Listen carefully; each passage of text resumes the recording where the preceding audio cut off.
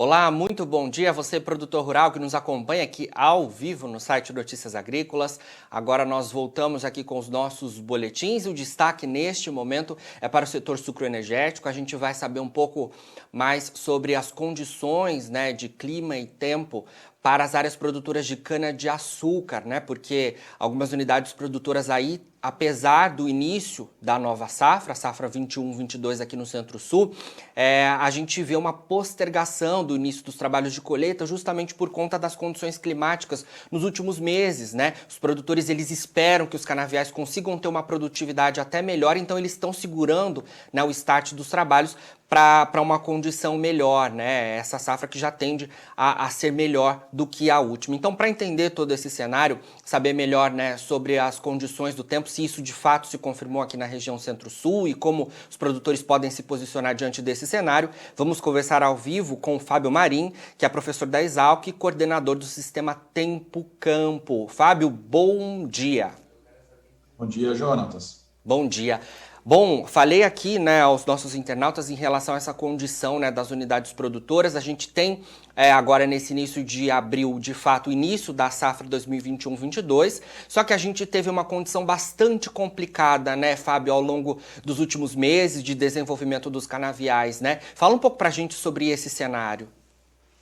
Ok, Jonatas, pois não. Bom, a gente teve a safra passada foi marcada por uma grande seca, iniciada em meados de março, se estendeu até o final de outubro, isso praticamente em todo o Centro-Sul, e isso prejudicou muito o desenvolvimento dos canaviais. No ano passado, a gente teve uma safra marcada por alta ATR, alta concentração de açúcar, mas uma queda na produtividade ao longo da safra muito forte, exatamente por causa dessa seca. E para os canaviais que foram colhidos no início da safra passada, que supostamente seriam colhidos nesse ano, faltou água para que eles crescessem. Ok? E é por isso que você acabou de mencionar muito bem, algumas usinas estão inclusive atrasando o início da safra, porque a gente tem os canaviais, como se diz, atrasados no campo. Eles não encontraram água suficiente que permitisse a eles poder ter um crescimento e chegar agora, na época da colheita, num porte razoável. Então, ao contrário da safra passada, que abriu com alta produtividade no início e essa produtividade foi decaindo, esse ano a gente deve abrir com produtividade abaixo da média, bem abaixo do ano passado, inclusive. Ainda, você não me perguntou, mas já vou adiantar, talvez com ATR acima da média, não igual ao ano passado, que foi uma safra recorde, Então, a gente aqui não estima que a gente vai conseguir atingir os mesmos níveis, mas, assim, vai ser um outro ano bom de ATR, mas a produtividade do início e meio da safra bem relativamente pior do que a gente observou no ano passado. Certo. Fábio, a gente tem mapas e gráficos, para mostrar exatamente esse cenário, Como é que a safra 21-22 se inicia, o cenário mesmo de condição climática. Você consegue mostrar para a gente? Sim, posso compartilhar aqui. A gente gerou um mapa aqui para Notícias Agrícolas, que vai inclusive no Outlook da cana, um produto que a gente gera aqui no Tempo Campo todo mês, Jonatas, mostrando qual que é o valor do que a gente chama do CPC estimado para toda essa safra 21-22. Não sei se você já consegue ver meu mapa aí, por Consigo. favor. Uhum. Ok? Então a gente está vendo aqui o mapa projetado para o cenário intermediário. O Tempo Campo sempre projeta 3 cenários, o otimista, o pessimista e o intermediário. A gente está começando aqui para o intermediário e eu queria começar explicando para o nosso telespectador ou espectador, não sei como se fala no caso de website, Sim. Enfim, mas para aquele que está conosco aí nos ouvindo nesse momento, nos assistindo nesse momento, que o CPC é o coeficiente de produtividade climática. Esse é um indicador criado aqui na Exalc pela equipe do Tempo Campo, que ele fala o seguinte: o quanto o clima é melhor ou é pior do que o ano passado em termos de TCH, em termos de produtividade, ok? Então, a gente reuniu num único indicador toda a distribuição da chuva, da temperatura, da radiação, enfim, todos os aspectos climáticos que envolvem o crescimento da cana estão reunidos num único indicador. E o que a gente pode ver nesse mapa, Jonatas? Que em grande parte do Centro-Sul, a safra deve ser climaticamente pior. Ok? Uhum. Onde a gente está vendo aí a zona vermelha e laranja, está indicando perdas acima de 5%, podendo chegar até 10% de perda em média. Ok? Então, entre 5% e 10%. Nas áreas aí em verde claro, está indicando uma certa... verde claro e amarelo, uma certa empate ou uma leve perda de 1%, ok? E nas pequenas zonas verdes e azuis, um ganho climático, ok? Certo. A gente consegue ver, né, Fábio, exatamente essa condição, né, essa preocupação, né, dos produtores em relação ao clima, que justifica também, né, diante das estimativas de safra das consultorias, né, e dos analistas de mercado, diante desse mapa, né, e apesar de uma condição melhor um pouco na região sul do estado de São Paulo, nas principais unidades, nos principais regiões produtoras, vamos dizer assim, do estado de São Paulo, né, a gente ainda assim tem uma situação bastante delicada, né, com essa cor mais vermelha, né? Exatamente. Você vê que o vermelho ali tem uma mancha muito grande, né? E quando a gente vai, inclusive, para os outros cenários, Jonas, dá uma olhada aqui, me confirma se você está vendo o cenário otimista. Consigo ver sim. Ainda assim, Isso. no cenário otimista, ali, região de Ribeirão Preto, ainda assim tem Exatamente. Né? Exatamente. Você pega regiões importantes, como você mencionou, oeste do estado de São Paulo, aquela região central, Ribeirão Preto, boa parte do Triângulo Mineiro, sul de Goiás, eles estão indicando perdas ali na faixa de 3% a 6%, né? Nossa. Então, assim, quer dizer, mesmo no melhor cenário que o Tempo Campo traça, ele fala que não consegue chegar no ano passado, ok?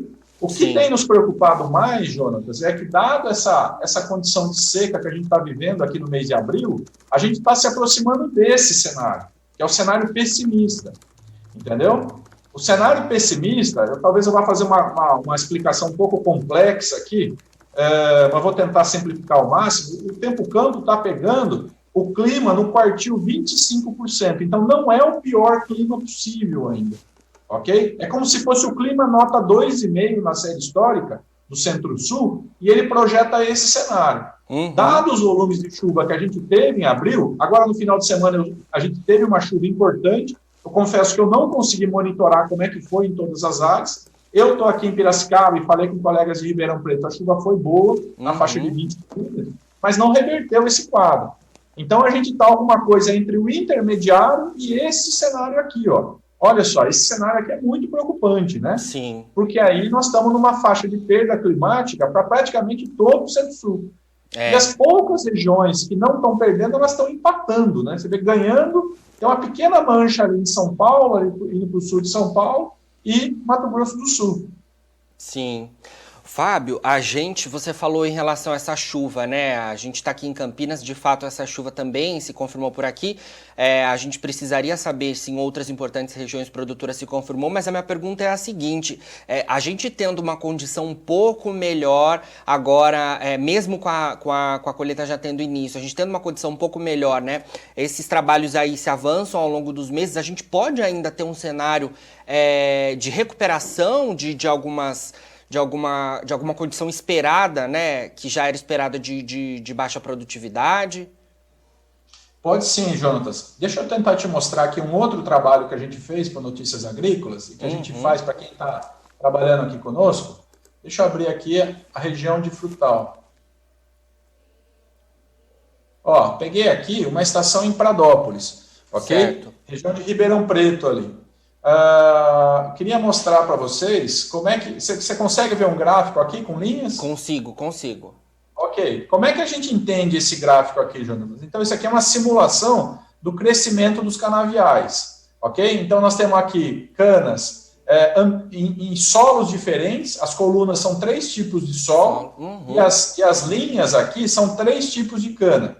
Cana de início de safra, meio de safra e final de safra, ok? Certo. Notem que aqui nas áreas que nós estamos simulando, vamos pegar esse exemplo aqui bem no meio, ó. A linha vermelha mostra como foi essa cana no ano passado, ok? A linha azul, ela mostra como é a média histórica desse canavial. E essa área azul e verde aqui, ela mostra como está sendo esse ano, ok? Então, notem que nós temos uma diferença aqui, ó. Vocês estão reparando aqui, ó, onde eu estou com o mouse, que nós estamos bem abaixo do que a gente estava no ano passado, para as canas de meio de safra. Sim, Ok? Foi possível bem ver abaixo mesmo. Com certeza, a gente consegue ver claramente aí. Agora observe a cana de final de safra. Ó, vamos observar essa soca aqui em ambiente bom. Notem que ela está até acima do ano passado. Você percebe que interessante? Sim. Entendeu? Então, o ponto aqui, Jonas, essa pergunta sua é muito boa, porque assim, o final de safra ainda está aberto. E até o momento essa cana vem se desenvolvendo bem. Entendeu? Uhum. Se as chuvas vierem um pouco acima da média, a gente pode ter um final de safra muito melhor do que a gente teve o ano passado. Ok? Por quê? Porque até esse momento essa cana tem conseguido se desenvolver. Então, assim, o meio e o início de safra, eu acho que a gente pode cravar aí para grande parte do Centro-Sul que nós vamos perder em relação, tanto em relação à média, como em relação ao ano passado, e o final de safra ainda é um jogo em aberto, ok? A depender das chuvas, como é que elas vão ocorrer daqui para frente. Entendido. Bom, Fábio, excelentes informações. Aí uma última pergunta, né, em relação ao frio. Queria saber se a gente já tem alguma informação, né, porque sempre tem essa preocupação ao longo da safra, nesse período que a gente entra agora, de possibilidade de geadas, que também pode ter um reflexo para os canaviais, né? E diante de uma perspectiva de uma safra já ruim, a gente ter um cenário como esse é ainda mais complicado, né? Pois é, Jonatas, é difícil responder essa pergunta, porque a gente ainda não consegue prever como é que vai ser o ritmo de geadas, entendeu? O que a gente pode dizer? Esse ano não tem nada de anormal, entendeu? Então não deve ser um ano com mais ou menos risco de geada. A gente tem um risco de geada que é menor do que 20% aqui no Centro-Sul, ok? O que é 20%? É uma geada a cada 5 anos, mais ou menos, ok?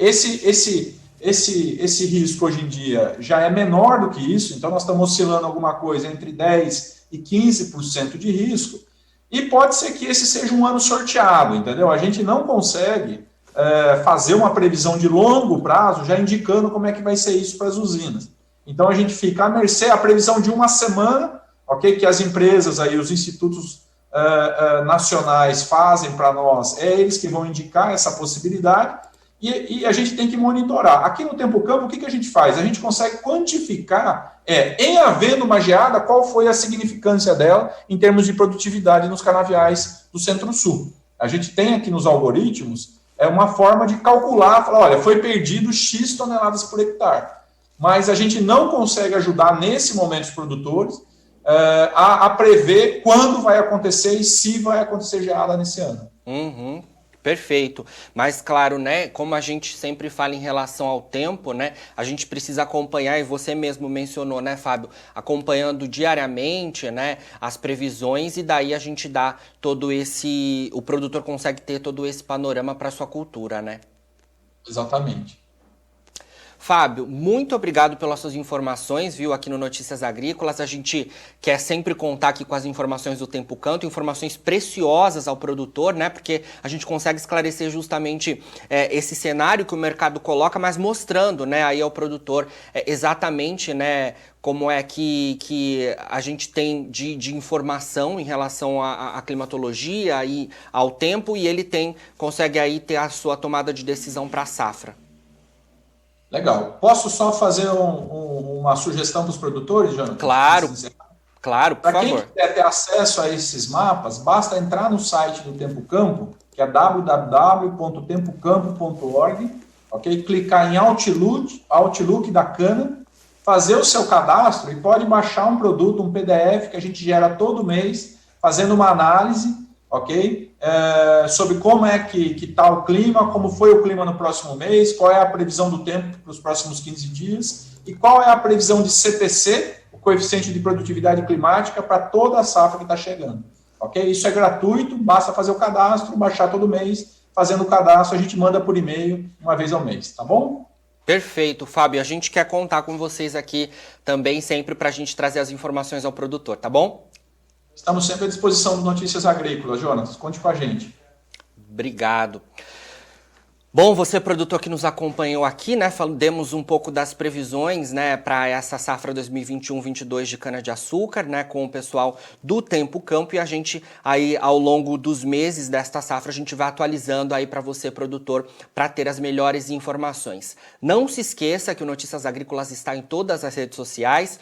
Você pode nos seguir no Instagram, no LinkedIn, no Facebook, também no Twitter, para receber as melhores informações, e também você pode assinar o nosso canal, né, e receber todas as nossas entrevistas ao vivo no YouTube, além, claro, de interagir aqui com os nossos apresentadores e também com os nossos entrevistados. Nós seguimos aqui com os nossos boletins ao vivo para que você seja o produtor rural mais bem informado do Brasil. Fique por aí.